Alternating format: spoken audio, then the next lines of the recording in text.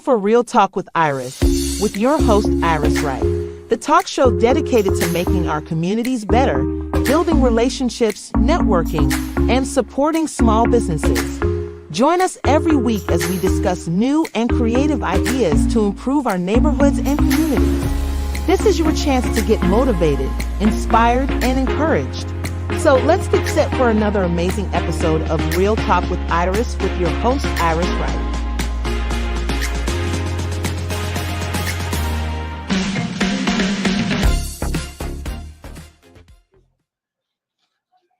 Hi, everybody. Uh, Hi, everybody. Welcome to a new episode of Real Talk with Iris. I have a special guest, guys, and you're going to want to tune in and listen to this story here.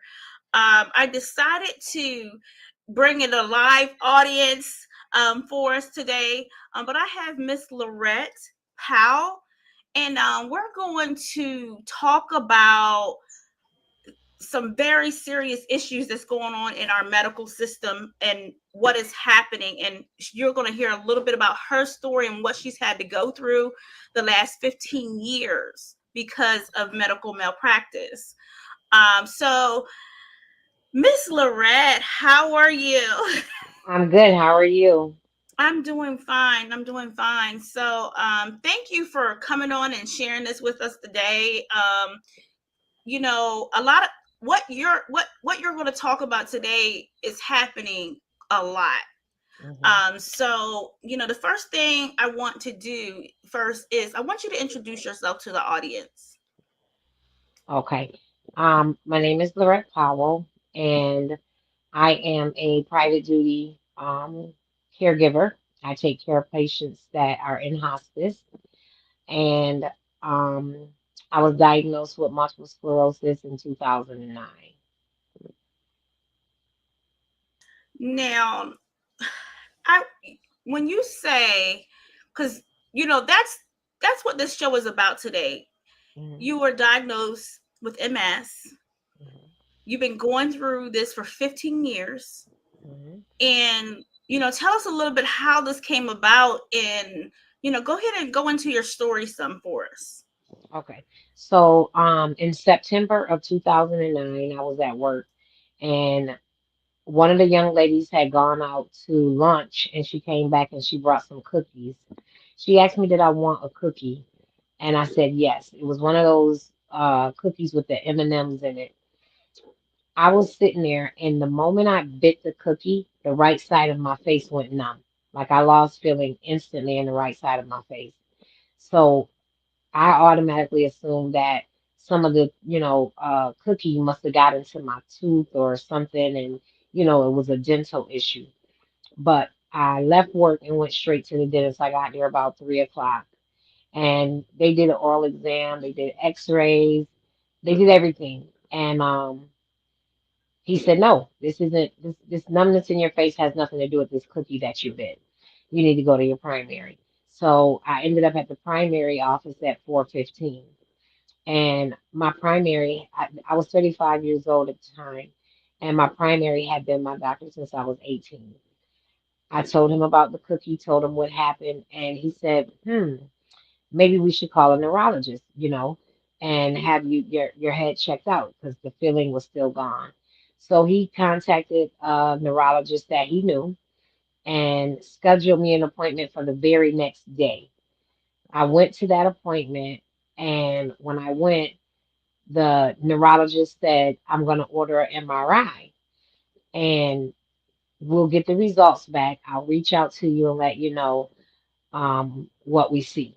So when we go out to check out, the secretary said, hey, I have a cancellation for tomorrow. Would you like to get the MRI tomorrow? So I'm like, absolutely. I don't have any feeling on the right side of my face. And so I went and I had the MRI. And within 2 hours, this neurologist called me back and he said, I need you to come into my office in the morning. And I'm like, okay. He's like, come at 7:30. So I instantly said, why am I coming at 7:30? It must be really serious because the office isn't even open at that time. You had to find something, So we get there, my husband and I get there, and we're not in neither one of the exam rooms. We're in the office. And he takes his computer and turns the monitor around and he goes, "This is your brain stem. This and what how I'm saying it to you is exactly how he said it to me. This is your brain stem. This is the lesion at the top of your brain stem. You have multiple sclerosis. It's inoperable because of where it's at, and this is what you're ultimately going to die from. Also, because you are African American, we need to treat you aggressively because multiple sclerosis runs rampant in African Americans." And I'm sitting there like, okay, repeat that. Now, you just got me lost. You just said I have a terminal illness.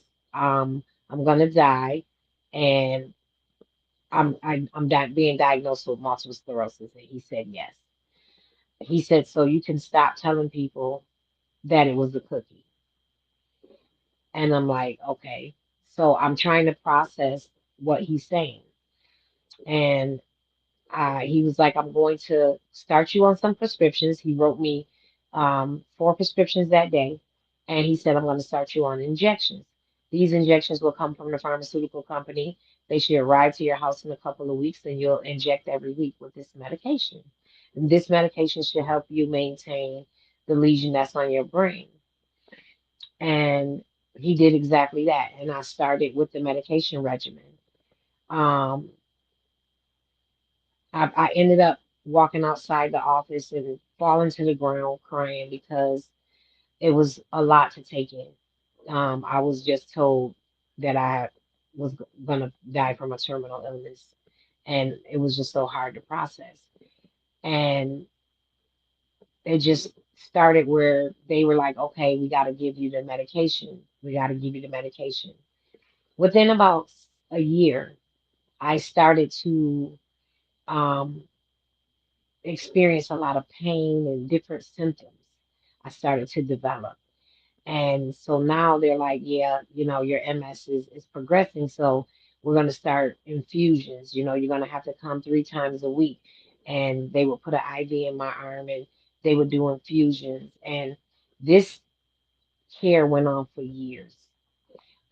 This doctor that diagnosed me, I only kept him for 2 years. And then I ended up switching to another doctor because I didn't like that neurologist's manners. So I went to a different neurologist.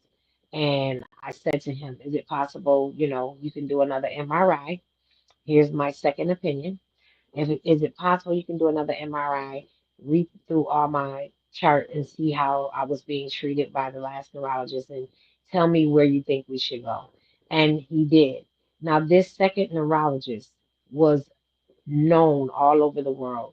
He had taught lectures at different colleges. He came highly recommended for me. And he also said, yep, the x-ray show you have MS.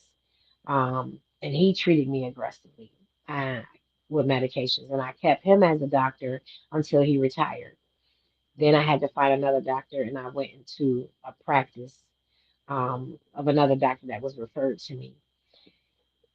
This doctor, same thing. Can you do an MRI? Let me know where I stand with this lesion that's on my brain. And he did. And he came back and said, yes, the lesion is on your brain. It's right at your brain stem. And, let me switch your medication. So I went from injecting 1 time a week to a new medication where I was injecting 3 times a week. As I'm doing all of this, I developed diabetes. It was brought on by the amount of prednisone and steroids I was taking. Um, I got to the point where I couldn't walk. I had to quit my job. I was bedridden for a while. And this was all because they kept saying my MS had got to the point where I was almost terminal. So they're treating me, I'm going in, I'm going to emergency.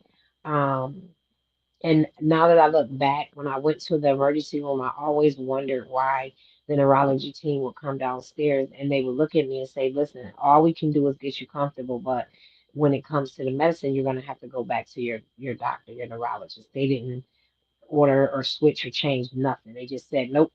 And I'm like, they must have saw something because they were confused at why I was so sick.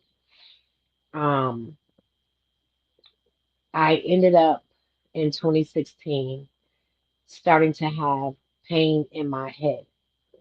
And this pain in my head was so bad that it affected my eyesight. Um, I couldn't, I was debilitated. I couldn't move. Like this pain was a pain like no other. Um, and it reached a point when that happened in 2016, I honestly began writing my own obituary. Like that's how sick I was. I started writing my own obituary because I just knew that this was it. Because I had never experienced pain like this. So they were like, you got to go see a specialist, a different neurologist. So I went to that neurologist and he said, because you have multiple sclerosis, you have developed a disease called trigeminal neuralgia. And with the trigeminal neuralgia, it affects the front part of your brain, and that's why you're in so much pain. The only way to fix this is surgery, and we have to operate on your brain. And I'm like, I don't think I'm gonna go for that one. I said, because anything can happen. I thought y'all said the lesion was on my brain, and if you operate, I could die. So why are we gonna open up my head? And he's like, no, I won't go near the lesion. We're just gonna deal with the trigeminal neuralgia in the front. And so I agreed because it was so painful. So they did go in and they did the surgery on the right side of my face first. In 2018, the pain returned, and it was this time it was on the left side. Um, and as this is happening, my body is deteriorating. I'm gaining weight. Um, I'm losing control of my bowels, my bladder. I just was getting sick and sick and sick. And they were like, okay, let's do the second surgery. Now I get another neurologist who did an MRI and documented that my MS had progressed. And this is why I had been so sick. So I have the second brain surgery. And then after that, I started my own business and my health insurance changed. I called to schedule an appointment in this clinic. And one of the things I should have said is that all of these doctors that I had, they all were in the same practice except for the one that I left and went to and retired. So I went the practice that I went back to on being 5 years diagnosed. I went back to a different practice and every doctor was in there. I saw them for the rest of the 10 years that I was told I had MS. So if one retired, I would just go to one of the other doctors that's in the practice. Um, and so my health insurance changed. And I called to make an appointment, and they were like, we don't take your insurance.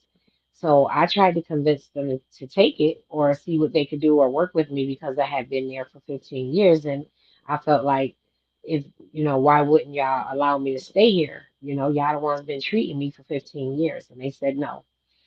So I said, well, what do I do? They said, call your primary. Your primary will refer you to a neurologist that will take your insurance. And so my primary did exactly that. I scheduled the appointment in October of 2023. When I scheduled the appointment, the office didn't have an available appointment until March the 28th, 2024. And I went to that appointment on March the 28th. When I got to the appointment, typically, if I'm going to have to make a decision that affects, my life or the MS, my husband will go with me. But because I knew I was just kind of doing like a meet and greet with my neurologist, I'm just going to be here a few minutes. I'm gonna go by myself from work, and I did. And when I got there, this female doctor came in, and she was acting very strange. She started the conversation off with, "Can you tell me about your eyes?" And I'm looking like, "Tell you about my eyes? What's wrong with my eyes?" And she's like, "Your eyesight." I said, "Well, with the diabetes, I ended up having to get glasses. But that's about about it. And so she says, well, tell me about the brain surgeries. So I'm telling her about the brain surgeries, but I'm like, okay, but why are we going around with these questions? Just come out and do the checkup and let's, figure it out, read my charts. And she just kept acting weird. So I told myself, I'm like, after today, I'm gonna have to get me another neurologist because she was acting as if she didn't know what she was doing. That's what I was picking up. And then finally, she turned to me and looked me in my face, and I know it had to be the hardest thing because she looked like she couldn't breathe. And she said, "I don't know how to tell you this, so I'm gonna just come out and say it. You don't have MS." And I said, "What do you mean I don't have MS?"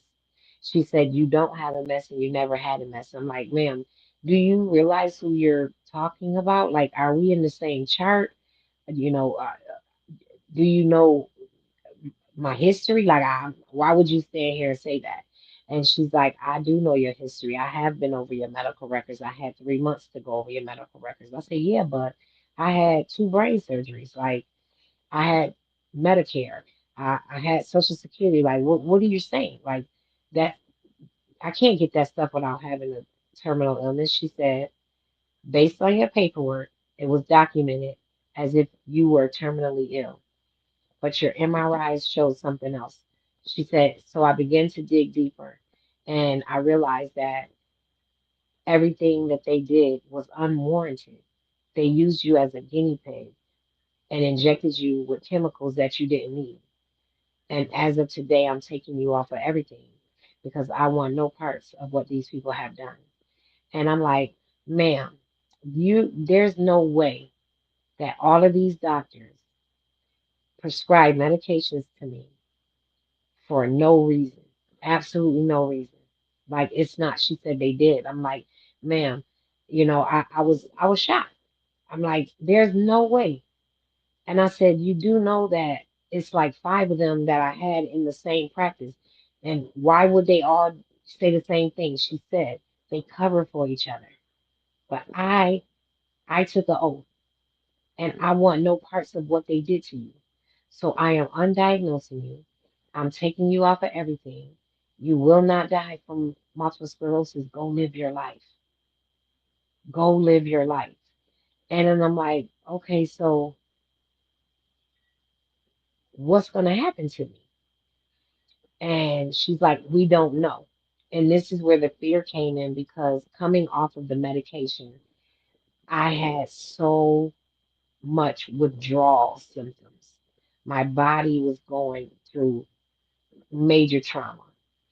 And I'm calling the neurologist that undiagnosed me to say, "Hey, what are we going to do? Like, I'm experiencing all this pain." And she said, "Unfortunately, you can't come back."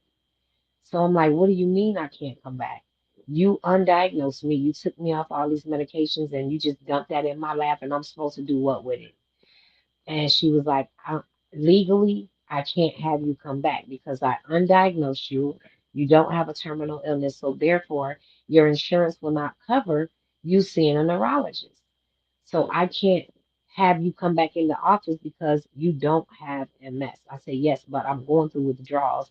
You took me off the medications. What do we do?" And unfortunately, they didn't know what to do because they never had experienced somebody coming off of all of these meds. I was on seizure meds, I was on injections, I was on gabapentin, I was on prednisone, I was on I had so many pills, and so they did not know how my body was going to react to coming off of all this medication. But now I have my primary and the other neurologist saying, "We don't know, we want no parts of this. I'm sorry." And so I said, so basically, I'm just left out here in this world, told that I don't have MS, going through all these withdrawals, and nobody know what to do for me. Not a soul know how to treat what I got going on. And she's like, "No, we don't want to give you no more meds." Like, that's the whole thing. Um, but they kept saying if it get worse, go to emergency, different things. But I just suffered. I suffered really bad coming off of it, and I still do from time to time. And so I just, After I processed it, I reached out and I tried to get an attorney locally here where I live, and nobody would take my case. Nobody would touch it. Um, I was told multiple times, sorry that this happened to you, but unfortunately, because you were treated for 15 years, you've maxed the statute of limitations. You only had 1 year to figure out that you didn't have MS, and the fact that it's 15 years later, the doctors are covered um, because of the statute of limitation. And I said, but this is a crime. What they did to me is a crime. So you're telling me I will never get justice? And the attorneys here said, no, you'll never win this case in court. You'll never win this case in court because the law isn't set up that way. And so I had to find a lawyer out of state. I found one in Atlanta, Georgia, who has been, reviewing all my medical records and going over everything and trying to come up with um, the best plan to bring up the criminal charges. But in the meantime, I decided to do the Make It Right movement because these doctors don't want to make it right. They are still practicing medicine. There's no telling how many other patients they're doing this to, and the behavior needs to stop. They violated my body, they violated my mental health, and basically said there's no justice for you. We're sorry. And so I'm saying I am the victim. But you guys are saying basically what happened to me is my fault as the patient because I should have known. There's no way I could have known that every last one of these doctors was going to falsify documentation. So, how is falsifying documentation?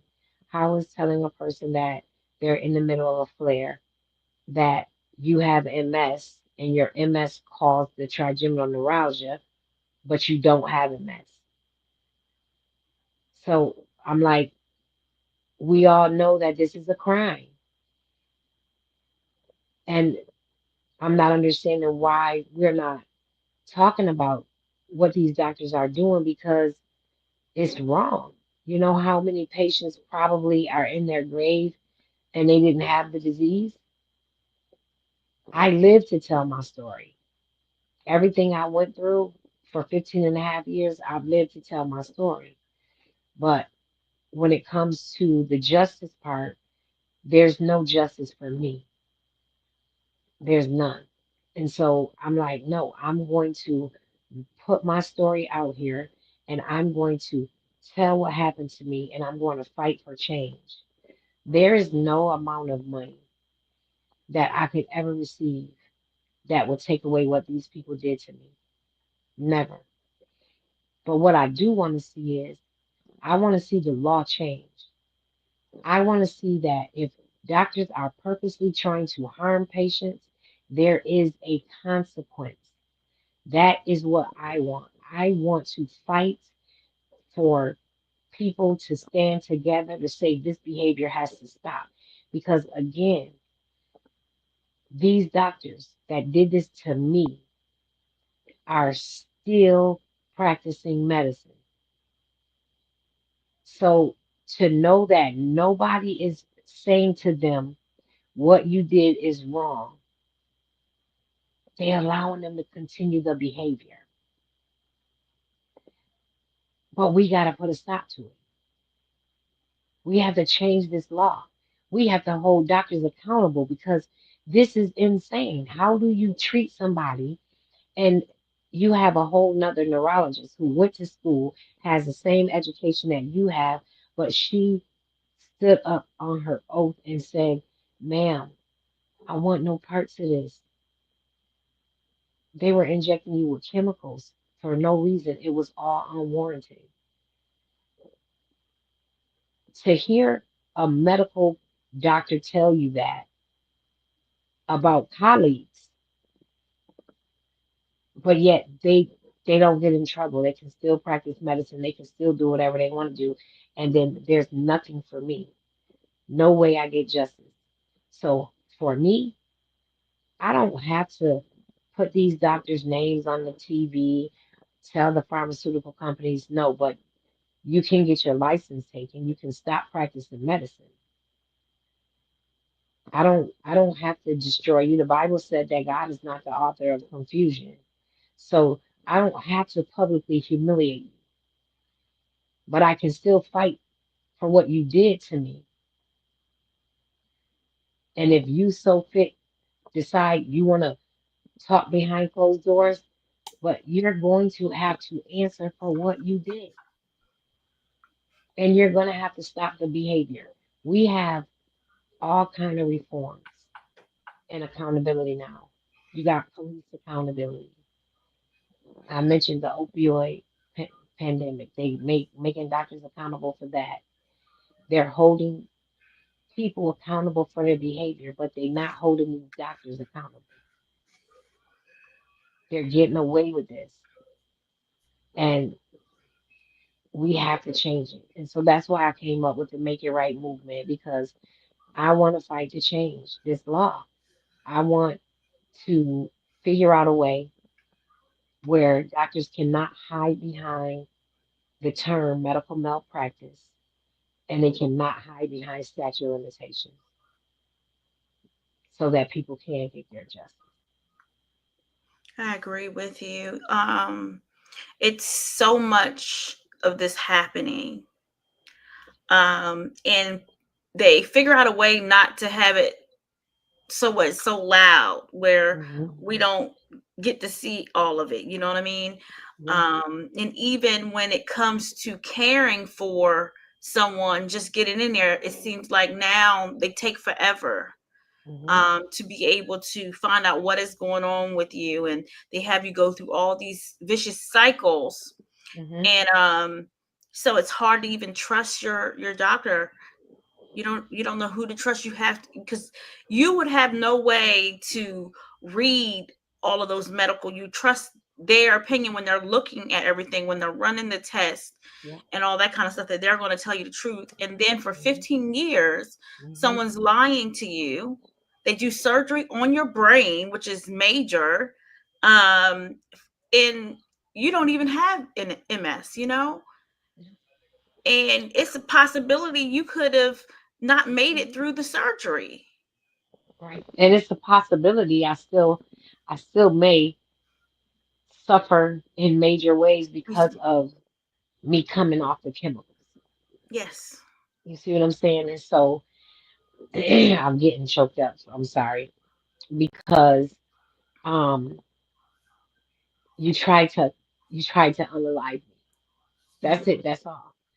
You used me, um, and to stand and get up and say there's nothing that she can do to us. Um, she can't sue us. She'll never win the case. You, like it's so hurtful. I feel like they passed me around, like they just took me, and these doctors each passed me around, and none of them stopped to say what the other one did was wrong. And so I'm just like, what now happens to me? I feel like if I don't fight, then they won. If Mhm. I don't try to change the law, then these doctors won. I feel like they're boasting. They feel like they're somebody, but Yeah. it's because you're not being held accountable. If these people came and said, no, don't go to work tomorrow. We taking the plaque off the wall, the certificate coming down, and you're not able to practice medicine anymore. But because they're not doing that, I guarantee you, them same pharmaceutical drugs that I they gave me, they're prescribing to somebody else. Yeah. You're not the only one, and they were so comfortable doing it. Mm. Oh my So God, yeah. they were pretty experienced at doing it. Hmm. So it's almost guaranteed that you're not the only one. Hmm. That they've been probably doing it for years. I mean, they was Yeah, doing it to you for 15 years, so this started way before you. yeah. Um, and thank you for creating this movement. Thank you for sharing, your story, because people need to hear it. And we always say get a first, second, and third opinion. You had five doctors, Yeah. so Hmm. when people are, when you're going through getting tested and going through illnesses, if possible, try to go to different practices. Yes. Try not to stay into the same practices, because Absolutely. a lot of times if they're in the same practice, they probably are working together, and then Hmm. some of them probably feel like, oh my god, they've been treating her for this in the same practice, I better agree with what the Yes. doctor is saying. Hmm. um so try to go outside and just get different opinions from different doctors that's not in the same practice, Right. which Right. I know is crazy because all of them take an oath, but Yes. but it's like The they fall in love with the money. yeah, They fall exactly. in love with the money. They realize that it is a lifestyle, and if I don't have sick people, I don't get paid. Yes, Um, yes. and so I I often keep telling people that this isn't about race. I'm not. I am not saying, oh my God, they did this to me because I'm a black woman. No, they're doing it to everybody. Everybody. The only color that they see is green. That's it. They see the money. They're not only doing it, they're doing it to everybody. I have, since I did my few story times, I have talked with people who same thing happened 12 years, 11 years, no justice, or their loved one passed away and they were questioning the diagnosis, but they were never able to get justice. And so I'm like, you know what? I gotta do something. And so I said, God, you put me through this for these, you allowed this for 15 years because you have an assignment for me. And my assignment is to stop the behavior. I need to make it right. I got to make it right. I have to. And so I want to spread the word. I want to spread the message because we need to fight for change. We need new laws that protect the patients, not the doctors. I agree. So guys, you know help Miss Powell fight for change. Stand up. The more people stand up and work together, the better things can happen. Mhm. How can people get a hold of you to support you? So I have a Make It Right movement Facebook page. I also have a Make It Right YouTube page. I'm on Facebook. I'm on TikTok. I started a GoFundMe, and that's all under Make It Right movement. Everything is under Make It Right movement. And I started the GoFundMe to help one with my legal fees because I work, but these lawyers are not cheap. And they're trying to fight, they're out of state. And so I did start the GoFundMe because I needed to be able to fight this in a time where I don't my statute of limitations don't run out. You know what I'm saying? So I have a limited time to get my case done. Um, so I can be reached on any of those platforms. Um, and I think my email is in my Facebook bio, but everything is under Make It Right movement. Yes. So guys, if you can donate, um, and go to Make It Right Facebook page, follow her, um, see things on there that where you can help support, share it with people. If you have a story to tell, share it, Hmm. because it's important that we all start talking. We keep so much silent, Hmm. and people are losing their lives or getting sicker, Hmm. going through so much just because people don't want to talk about these very important things that happen. So thank you so much for just being brave, talking about it, doing something about it, most Hmm. importantly. And I do apologize. I'm sorry that you even had to go through that, what you had to go through. um it's a lot, and It is. It is. just dealing with the medical system at all, because we have been there. You know, me and my husband's been going to war with all of the things that he has to go through. So I really do, and I appreciate you for trusting me to come in on tonight, talking about it and all that kind of good stuff. Yeah. Guys, it's a lot going on in our country. Hmm. So please support, make it right. Go to her Facebook page, go to her YouTube channel. If you're able to donate, go to her GoFundMe, donate to help her get her some of her legal fees paid. Yeah. And if you see something on there that you can support, support it. Support it. If you have a story to tell your story as well. And guys, like always, I want to tell you, this week we're starting a new week, and if you encounter anyone that is going through something, you know, don't just walk past them, guys. Give them a hug and let them know that God loves them, okay? So, again, I want to thank you for tuning in another episode of Real Talk with Iris, and have a good day.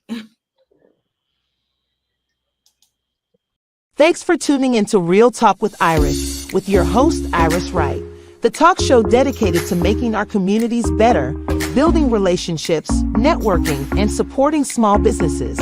Join us next week as we discuss new and creative ideas to improve our neighborhoods and communities. We hope you were motivated, inspired, and encouraged with today's segment. So until next time, make today great from your friends at Real Talk with Iris and your host, Iris Wright.